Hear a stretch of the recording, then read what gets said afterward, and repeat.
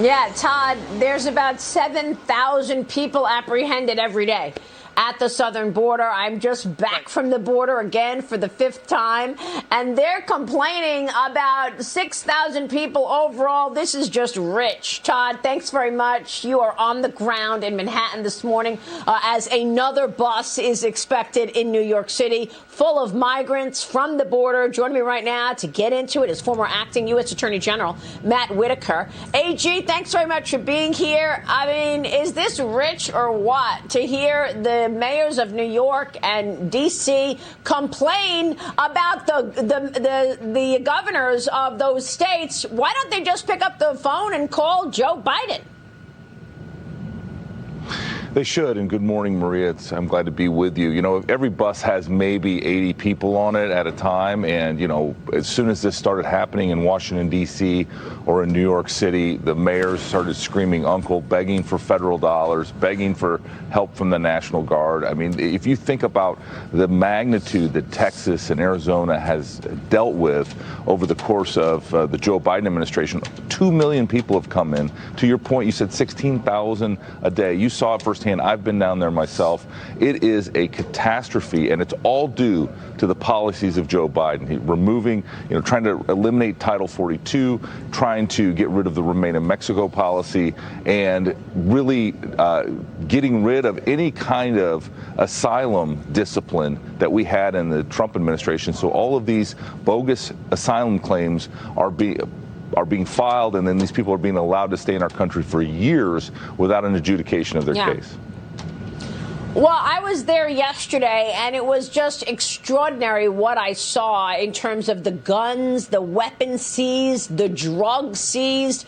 We saw 70 kilos of cocaine, 600,000 huge pound blocks of marijuana, all this stuff being laced with fentanyl. How do you feel as a former acting attorney general? How do you feel about the fact that the dangerous criminal cartels are actually the ones in charge of deciding who gets into America and who doesn't? These cartels are taking home $200 million a week.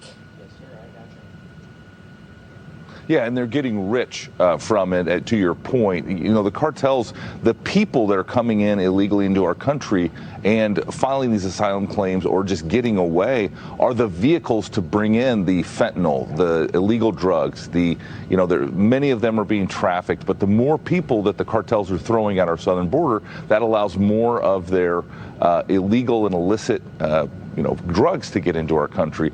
And that's the problem, is they're just throwing more bodies at it. And with these policies, they know they're going to lose some of their profits, but they're making it up in volume. It's a disgusting policy at the southern border in this Biden administration. Yeah. Well, also disgusting is the fact that so many of our government agencies have gone political. FBI Director Christopher Wray was pressed on Capitol Hill yesterday about the FBI in general and about, ignoring the truth. But here, this soundbite that we want to play is how he was answering the crisis at the border. Watch this. Well, look, I think the border presents significant security issues. There's a wide array of criminal threats that we encounter down at the border. To me, it represents a significant security issue and represents a wide array of criminal threats that flow out of it. Yeah, I mean, it's as if he just tries to address it but does nothing about it. By the way, AG, I want to show these pictures here because we now have actual pictures of migrants coming off of the bus in New York. That's where Todd Pyro is. We just heard from Todd. And we've got Port Authority here showing this bus, which is busing the migrants to New York from the border. Your response to what you just heard from Christopher Wray? Yeah, well, I mean, Chris Wray, I think, understates this problem. He says it's a significant threat. It's more than a significant threat. We have more than 5 times the number of individuals on the terrorist watch list that have attempted to come into our country through the southern border this year versus last year. It's only going to increase. If you think about the world's, security and terrorist situation, if I am a a terrorist, I would certainly try to enter through the southern border. And, it is, I think we're going to have really bad outcomes in the coming years because of this lack of border enforcement and because of Joe Biden's policies that are allowing millions of people in illegally into our country. Yeah, so connect the dots for us, because we're looking at the migrants coming off of the bus right now. These are live pictures, obviously, and they are about to come off of this bus. This bus is another bus sending the migrants to New York, sending the migrants to D.C., because Greg Abbott wants leaders in other big cities to understand what Texas is going through. Connect the dots on crime, because crime has been spiking. We know that some of those people coming into America through the wide open border are gotaways, and they don't want to get apprehended. Obviously, their intentions are bad since they are getting away. We see them on surveillance video just getting into the country. House Minority Leader Kevin McCarthy is going after Governor Kathy Hochul, and he's asking the question why she is not stepping up and tackling crime in her state. Kevin McCarthy did a roundtable on crime in New York City yesterday. Listen to what he had to say. Watch.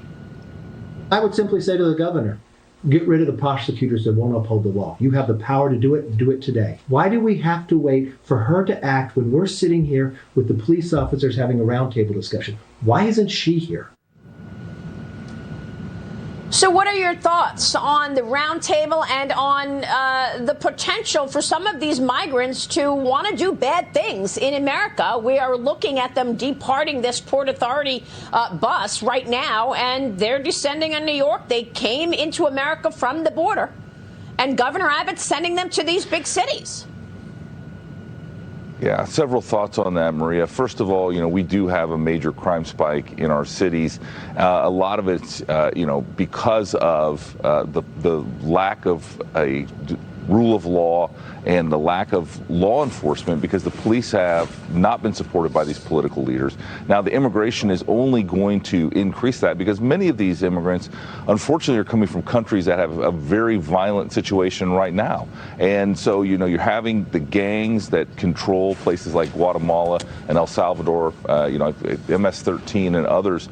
And they certainly are in these groups that are not only entering through our southern border, but ultimately being put on buses. And so this is going to increase crime. It's going to increase gang activity.